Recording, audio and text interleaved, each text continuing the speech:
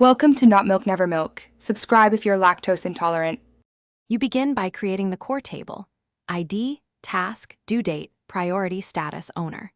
Once done, format it as a table so formulas and filters stay consistent as rows grow. You then add data validation lists for priority and status to prevent typos and speed entry, because consistent values let you automate sorting and conditional formats. Make sure to freeze the header row and name the table.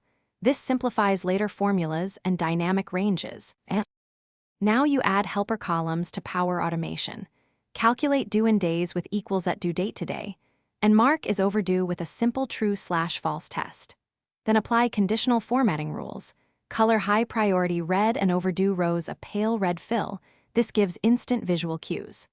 Once those are set, create filtered views using slicers or the table filter to show my tasks, high priority, or due this week. This makes it easy to switch perspectives. Finish by summarizing with a pivot table or SUMIFS formulas to show counts by status, priority, and owner.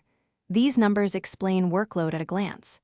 You then add a progress chart and connect slicers so clicking a filter updates both chart and table, because interactive dashboard speed decisions. Make sure to save a clean template copy and test it with sample tasks to catch formula errors. If totals look wrong, check table ranges and data validation for stray text values. Thanks for watching. If this was helpful, leave a like and consider subscribing. See you next time.